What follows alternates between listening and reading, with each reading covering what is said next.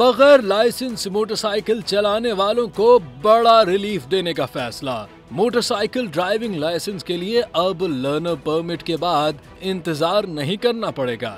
CTO Lahore Ammara Athar के मुताबिक महदूद मुद्दत के लिए मोटरसाइकिल ड्राइविंग लाइसेंस के लिए 22 यौम का लर्नर पीरियड खत्म किया जा रहा है।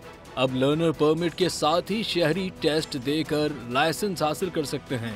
सहूलत फराहम करने का मकसद कीमती वक्त को महफूज और कानून पसंद शहरी बनाना है। सीटीओ लाहौर का कहना है कि बगैर लाइसेंस ड्राइविंग पर 2000 रुपए जुर्माना है। अब शहरी मोटरसाइकिल का लाइसेंस 1, 2 और 5 साल तक बनवा सकते हैं।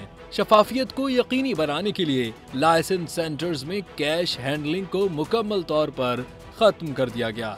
शहरी लाइसेंस के हुसूल के लिए सिर्फ शनाख्ती कार्ड के हमराह तशरीफ लाएं। ड्राइविंग लाइसेंस के तमाम मराहिल की ऑडियो और वीडियो रिकॉर्डिंग को भी यकीनी बनाया जा रहा है।